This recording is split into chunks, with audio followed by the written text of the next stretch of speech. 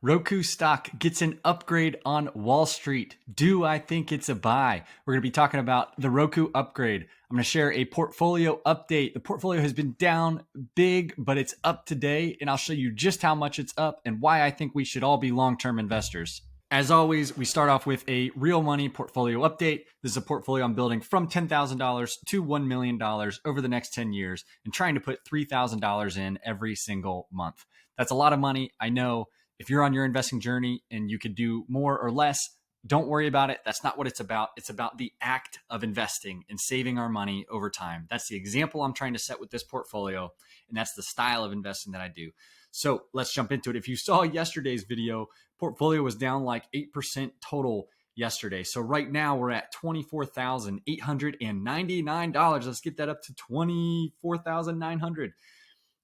In total, we've put in 25,000, so we're only down about 0.5%.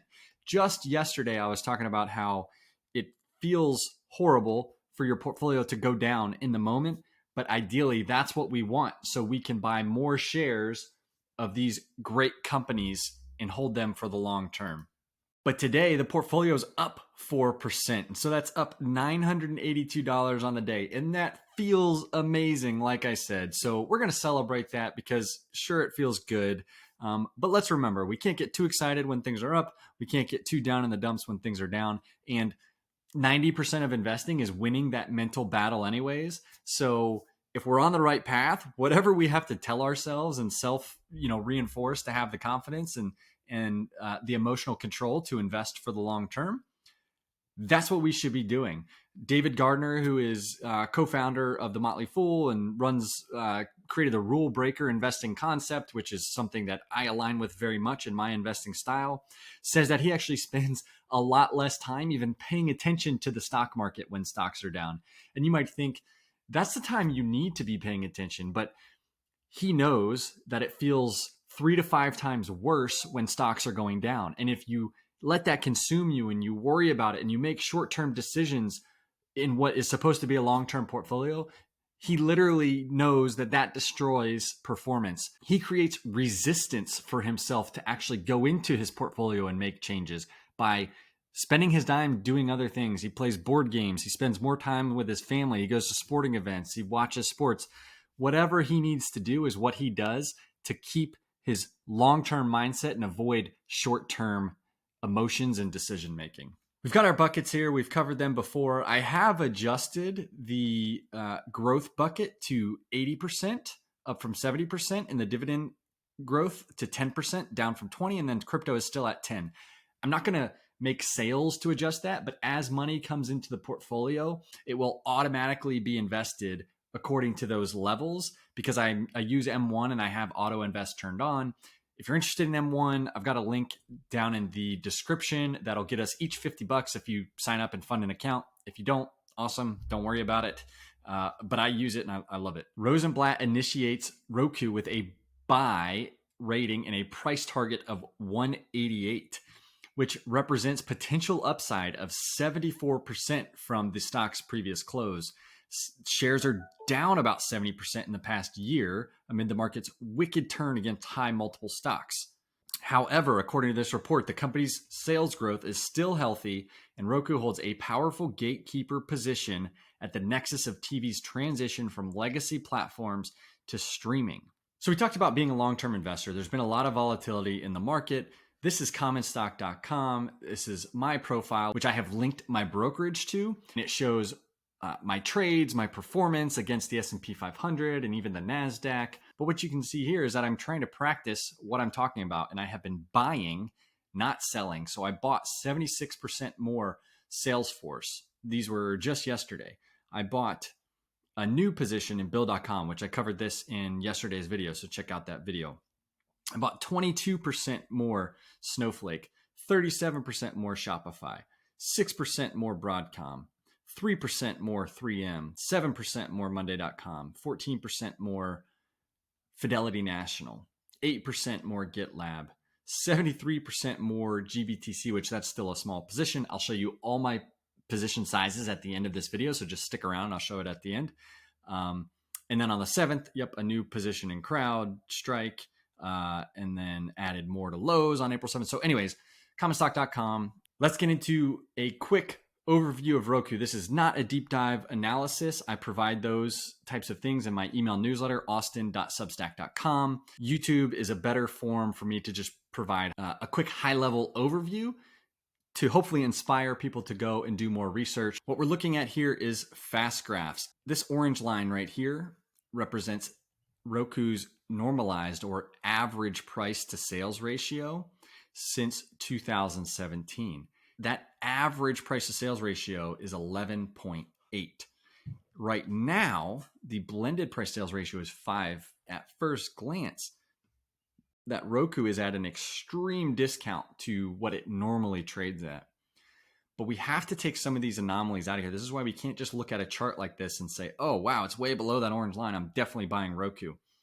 We have to take some of this stuff into consideration because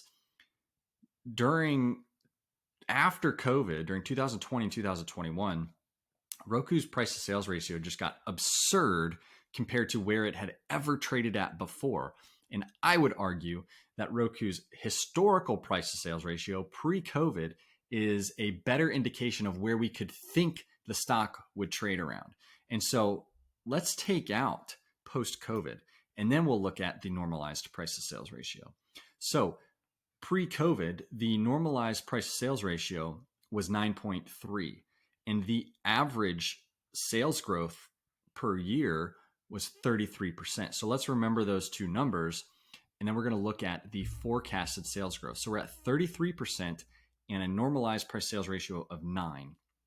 So when we go to forecast, the forecast is for 27% sales growth. That's below the 33% historical growth that it had. About, we'll call it 20% lower. So right there, and then again, the normalized price sales ratio was 9.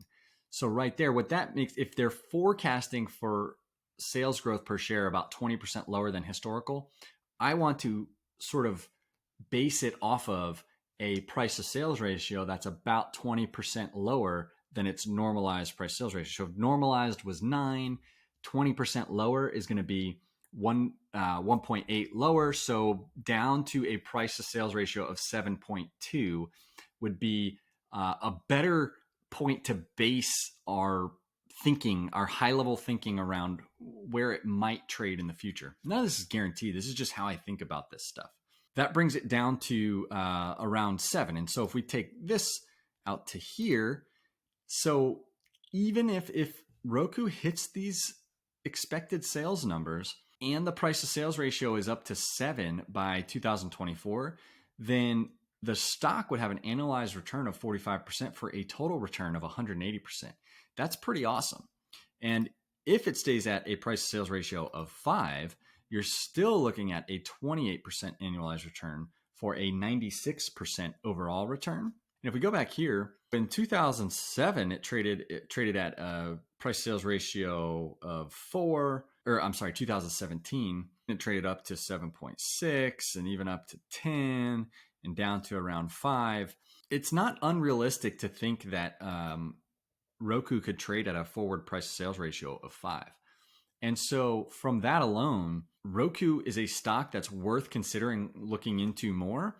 And so the way that I would start that research is I would go to the company's investor relations page, and you can see their quarterly earnings results. And they report all of this stuff to the SEC and what's called a Form 10K. These are great to read, super boring, so a lot of people won't enjoy it.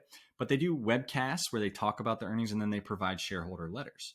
So just quickly looking at the shareholder letter for Roku from 2021, they had revenue growth of 55%. Platform revenue growth increased 80% year over year.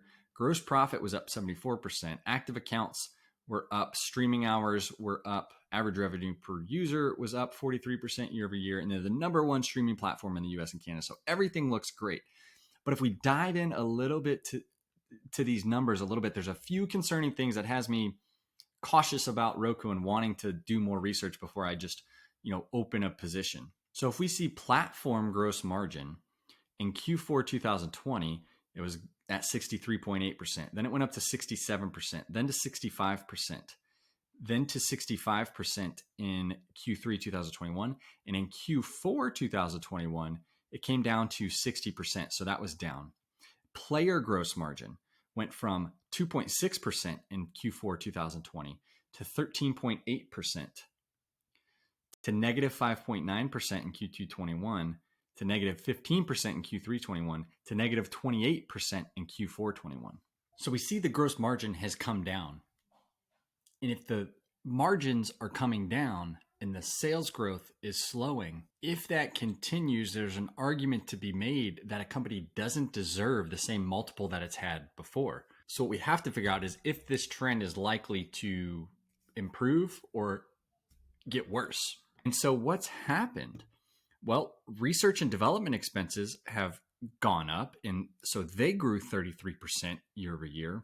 But the big one, sales and marketing expense, grew 70% year over year. Total revenue grew 33%. So sales and marketing expense is outpacing total revenue growth. If that trend continued, that's a bad sign for Roku. And what does that signal to me?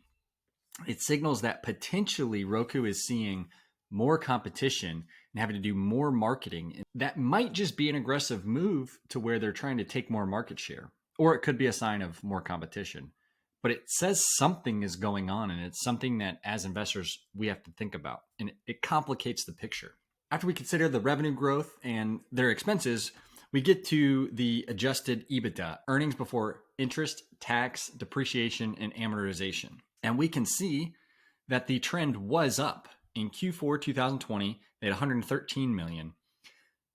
The next quarter, 125. Then 122 in Q2. Maybe that's just some quarterly weakness.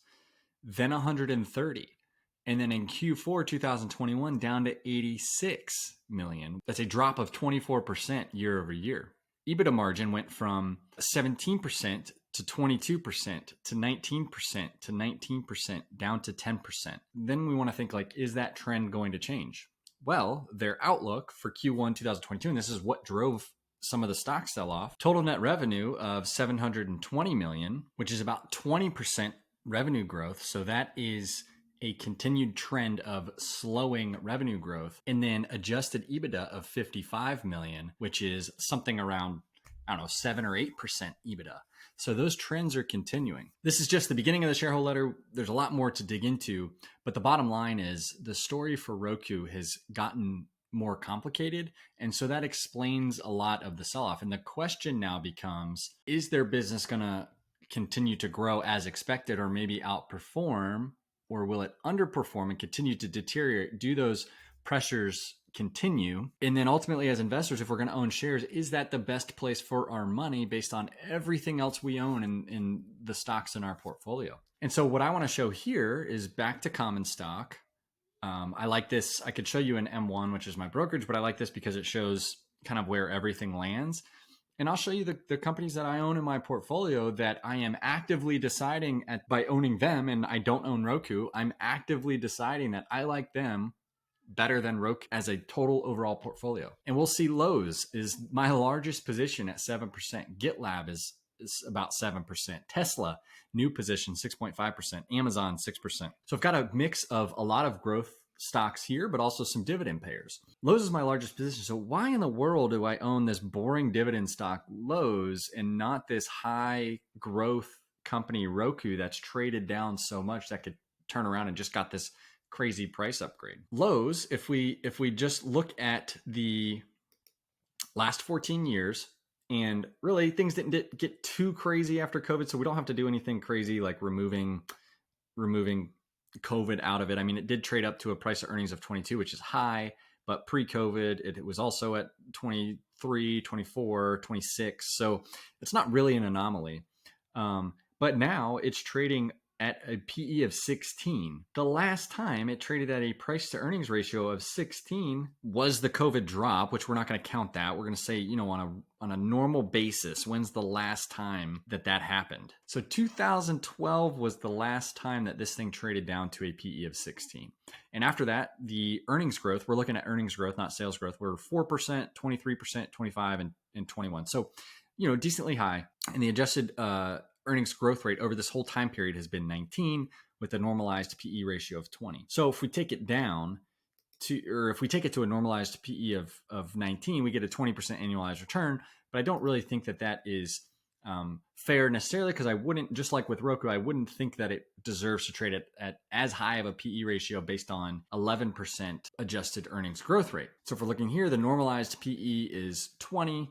But if we go to forecast, even if we take that PE down to 15, we're getting a 10% annualized return. At a PE of 16, it's a 14%. PE of 18, it's a 17% return. So we've got what I would call a margin of safety in a very high quality company that's paid a dividend for over 50 years. And they've grown their dividend, I believe, for over 50 years. And then we think, well, there's no way that Lowe's, this boring dividend stock, is going to outperform Roku. But if we look at the performance, and we'll go 5 years back to 2017. I think this is about when Roku came public. We see Lowe's has returned 22%, and then they've grown their dividend by, a compound growth rate of around 14%. A $10,000 investment would have earned $1,500 in dividends, and then had growth of $27,000 for total growth of $28,000 over this 5-year period, which is pretty awesome. And if we look at Roku has returned 21% compared to the S&P 500, 13%. And so as crazy as it is, Lowe's has actually, been right up there, potentially better long-term performance over this time period than Roku. The question is, does that continue? I'm not sure. I'm not saying that Lowe's is going to, but I like the risk reward there of Lowe's versus Roku, especially when you consider that I have a lot of high growth companies that I'm just more confident in at this point. GitLab, Tesla, Amazon, Snowflake, CrowdStrike, Monday. Let me know which stock you think is going to outperform the other in the comments, Roku versus Lowe's. That's it for today's video. Please like the video, subscribe to the channel so you don't miss an update. And I'm here to just help you make sense of some of these crazy day-to-day movements in the stock market so that we can keep our minds and our heads about us and stick to our plan and our path of being long-term investors.